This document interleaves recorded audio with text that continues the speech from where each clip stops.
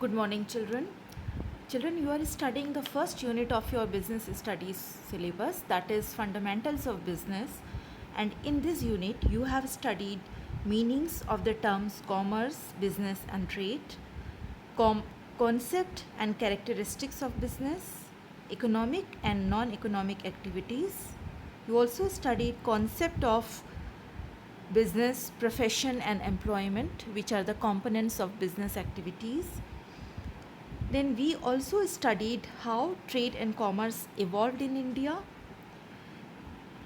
In the previous session, you also studied about the classification of business activities. And now we have come to the last element of your unit 1, that is business risk. Risk, as the meaning should be clear to everybody. Now, what may be the business risk? What is business? Business is you produce something which is needed by the society, which is needed by the people. You make it available, your products or your services, to people by satisfying their needs, and in turn you get the profit. So success of your business, that depends on your profit share, and that depends on satisfaction of your customers. These two are the main parameters to judge the success of your business. For running a successful business, you have to sustain it. Your business should grow with time. It is very important. So it is very important that when you prepare your business plan at the initial stage, you should consider all the possible business, all the possible risk factors, because every business involves some amount of risk. Now, it depends on the nature and size of your business, how much risk does your plan may involve. So, there should be a very thorough, very careful planning. You should take into account all the possible risk which may arise with time. They should all be considered at the initial stage only, so that you are prepared. You are prepared how to minimize the risk in your business. Now, business risk is influenced by numerous factors: sales volume or change in demand. Sales volume, suppose you start manufacturing something. So, with time, your sale volume should increase, the demand for your product or your service should increase with time. You should judge the success of your business, of your services, or of your products by seeing that there should be a continuous, a steady demand by the people. They should they should be satisfied by your services or products. So if there is a decline in the demand, that shows that your business is not in a good state. You need to introspect what are the factors affecting your business growth. Change in demand, if the demand is not growing with time, or if it is falling with time, then there is some risk involved. You may not be making a steady profit. वक्त के साथ, जैसे आपका business है, कुछ products आप बढ़ा रहे हैं, तो आपकी डिमांड बढ़नी चाहिए मार्केट में. डिमांड बढ़ेगी तो आपकी प्रोडक्टिविटी बढ़ेगी तो your profit share will be more. If your demand is declining, if productivity has to decline, you have to reduce the productivity, then definitely your profit will also go down. So there is this risk is influencing this thing. Next is per unit price. What happens? Your profit is the difference of your input and your output.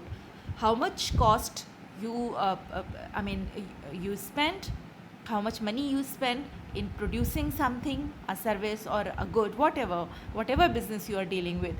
कितना उसमें आप पैसा लगा रहे हैं और बदले में आपके पास कितना आ रहा है, that difference is your profit.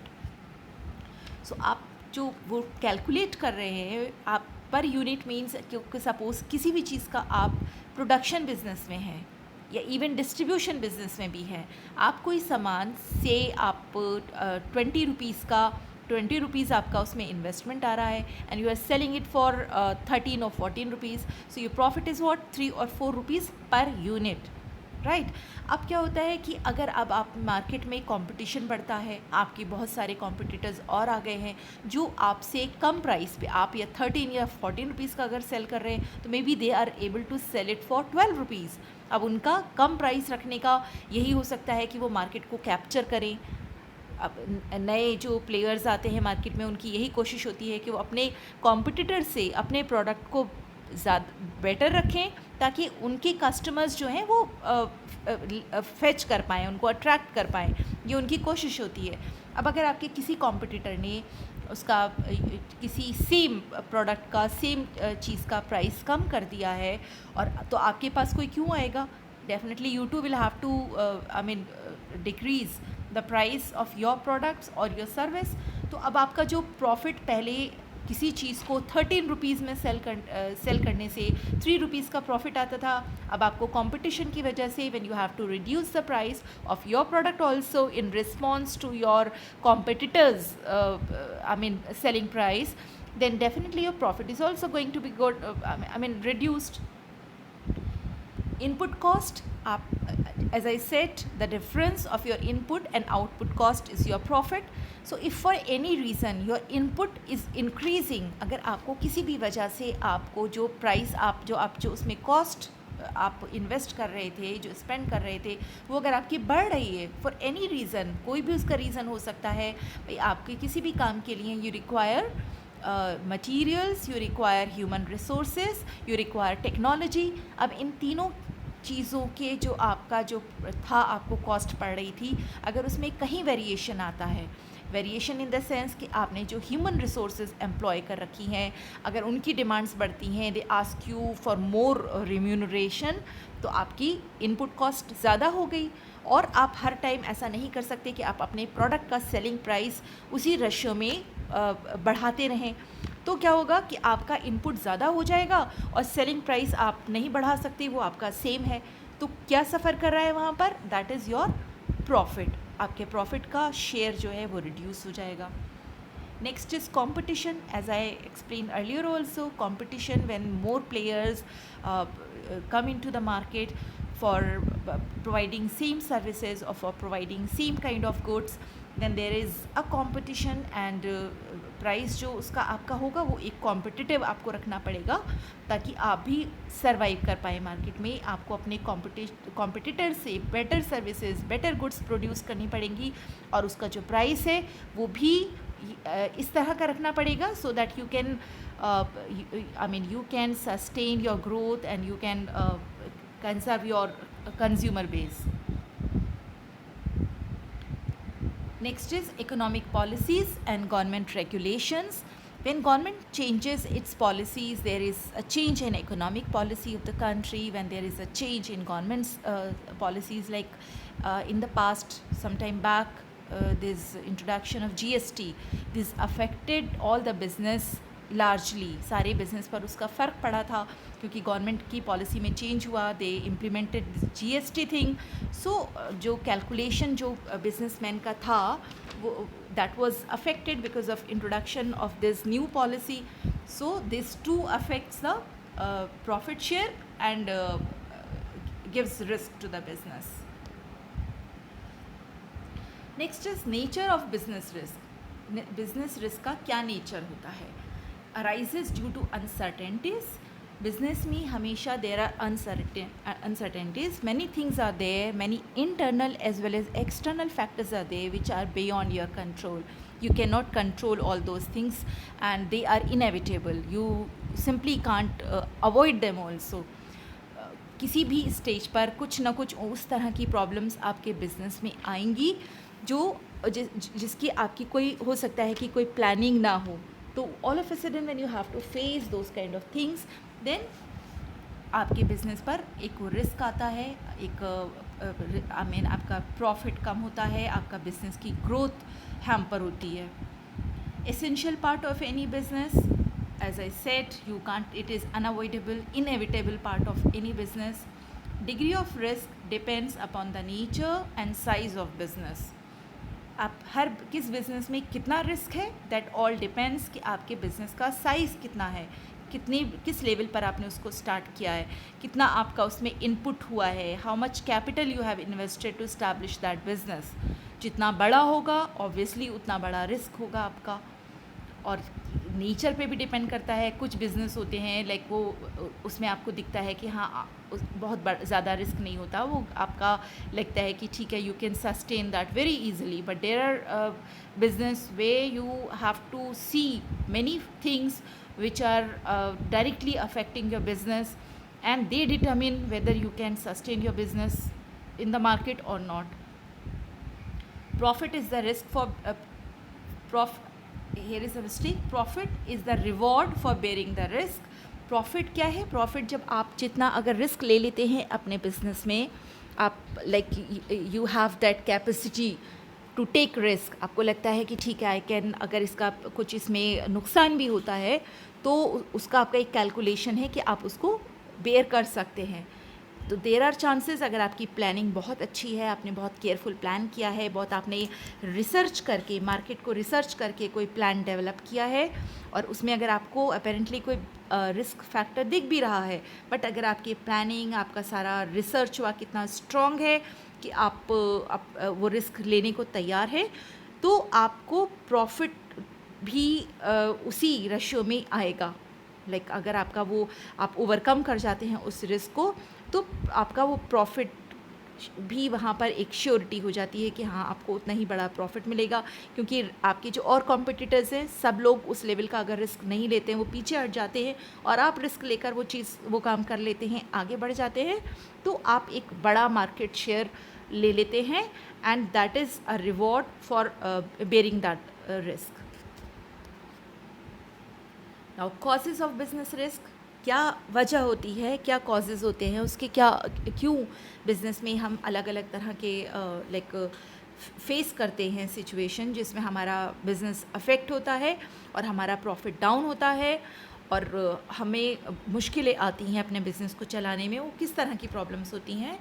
There may be different types of reasons, human causes, economic causes, physical causes, or may even be natural causes. We'll study each of these causes one by one. First is human causes of business risk.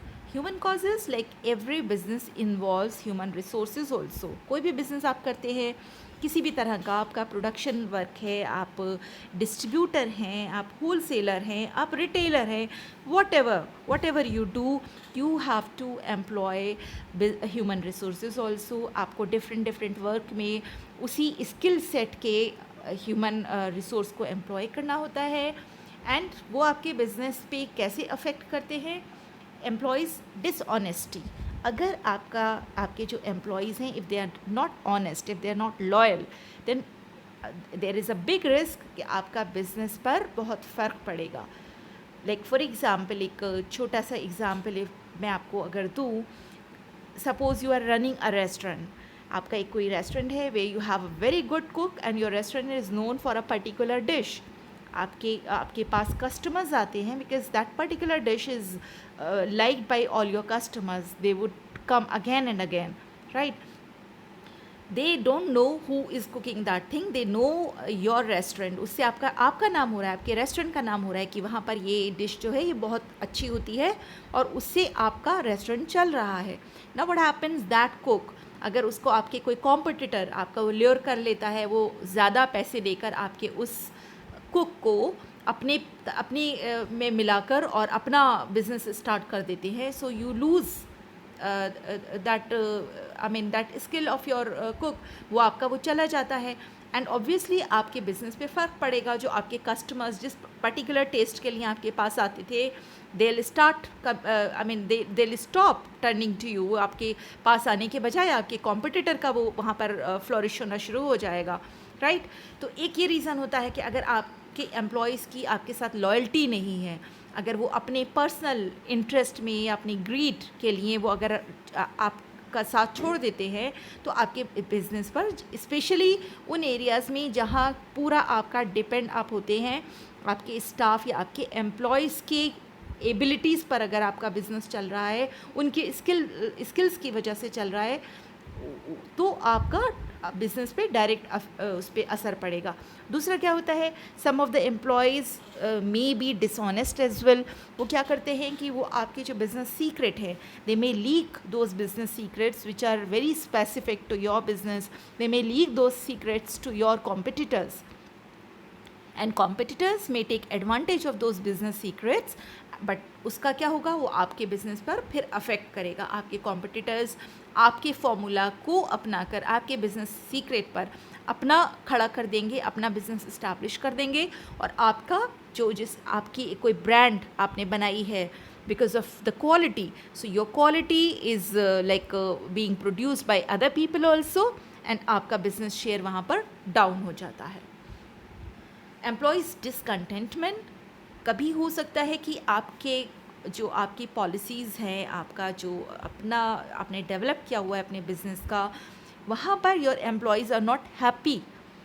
if they are not happy, they may pose some kind of risk to you, like जैसे होता है कि कुछ companies में employees में एक discontentment है, वो स्ट्राइक्स कर रहे हैं या वो अपना काम फिर अच्छे से नहीं कर रहे हैं, तो वो भी आपके बिजनेस के लिए एक बड़ा रिस्क बन जाता है।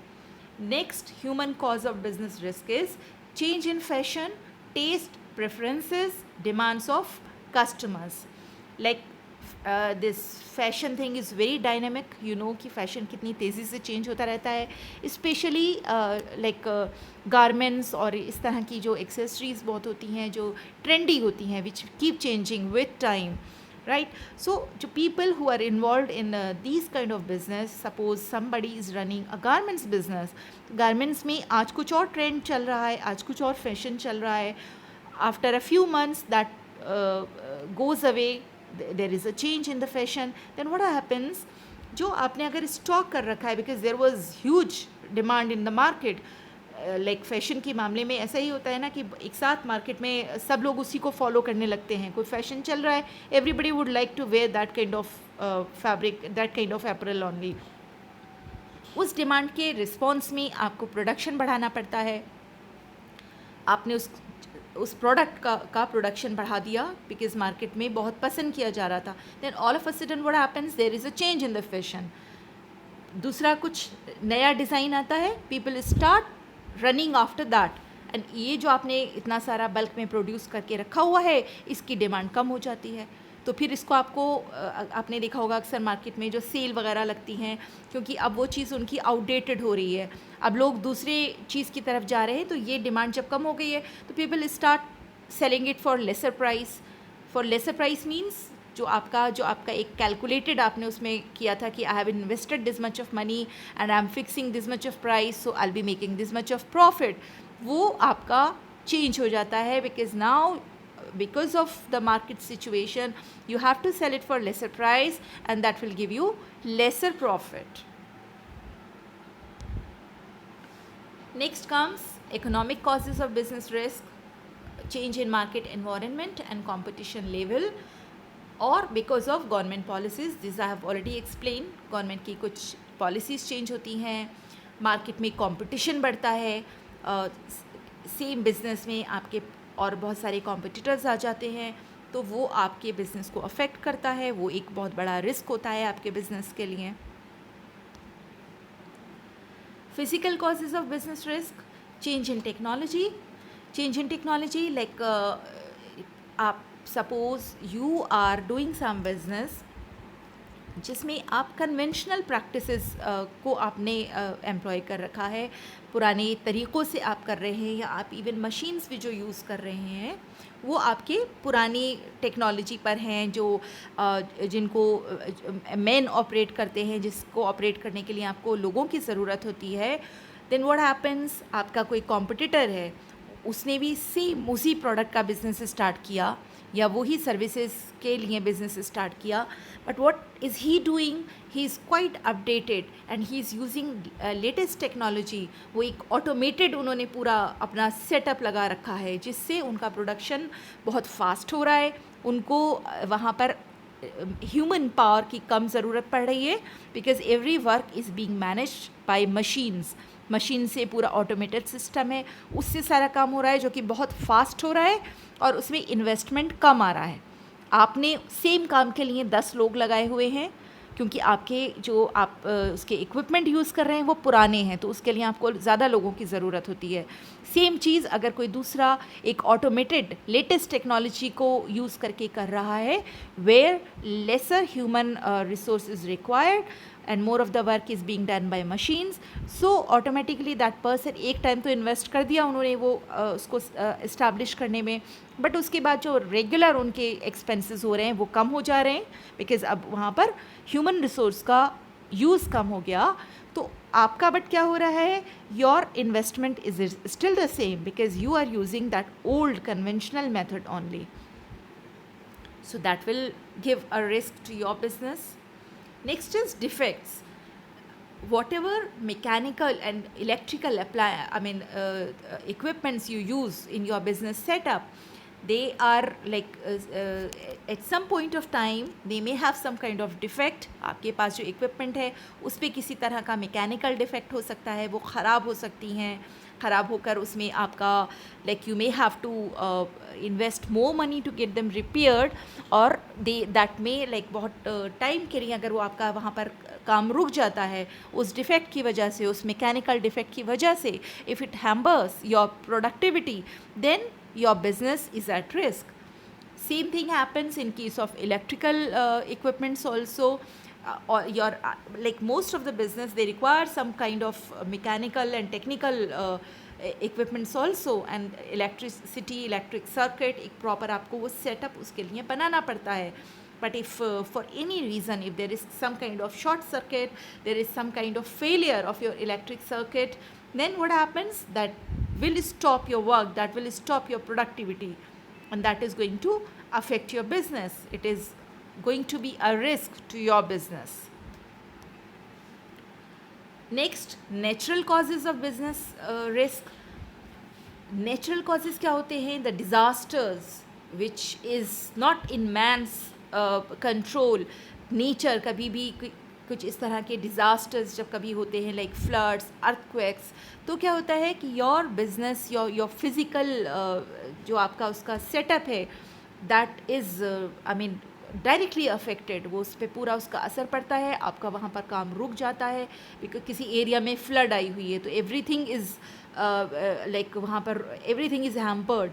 सारे इलेक्ट्रिसिटी चली जाती है, internet connectivity, everything stops. So that you'll have to stop your business activity also because of these kind of natural calamities. Another thing I have added, because we are observing this thing in the recent time, that is pandemic. Because of this pandemic, we are seeing that so many business they have fallen down. They are, they are almost stopped. बहुत सारे ऐसे हो गए हैं business जो बिल्कुल रुक गए हैं. Like there's travel and transport because of this pandemic for the past 4-5 months is business का एकदम, because people they can't, because of lockdown and all, they can't leave their places, they can't travel, they can't go to any like tour spots पे या कहीं नहीं जा रहे हैं. तो ये पूरी इंडस्ट्री, ये पूरा बिजनेस एकदम डाउन हो गया है, ख़त्म हो गया है बिल्कुल.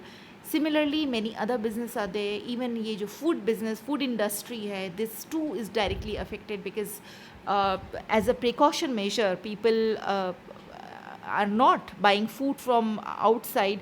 तो जो restaurants हैं, hotels हैं, these business are also affected. So this pandemic is also a natural disaster which we are facing these days, and this is also affecting the business.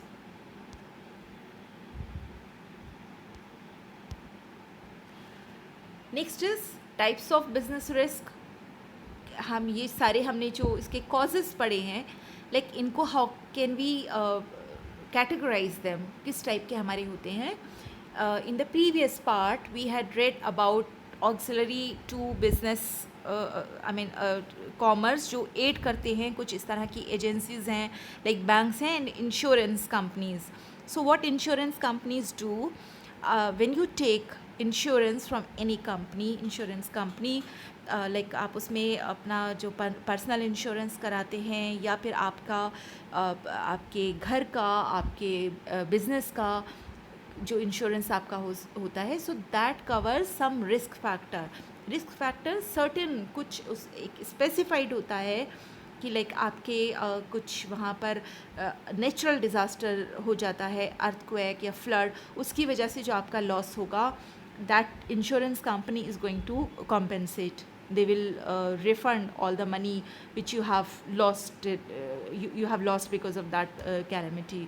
Similarly कुछ और जैसे आपके like all the assets which you have, if there is some kind of damage, suppose you are using a boiler, आपका business है where you have to use a boiler also in your setup, and because of some technical or any kind of defect that there is a burst in that boiler, so these kind of damage of assets are also covered by insurance plans, and you will be refunded for the damages in your assets also which happen during the business activities.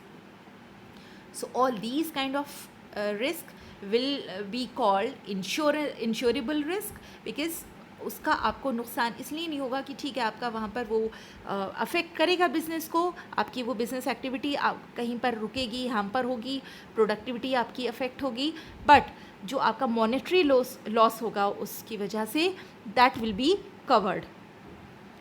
Second is non insurable.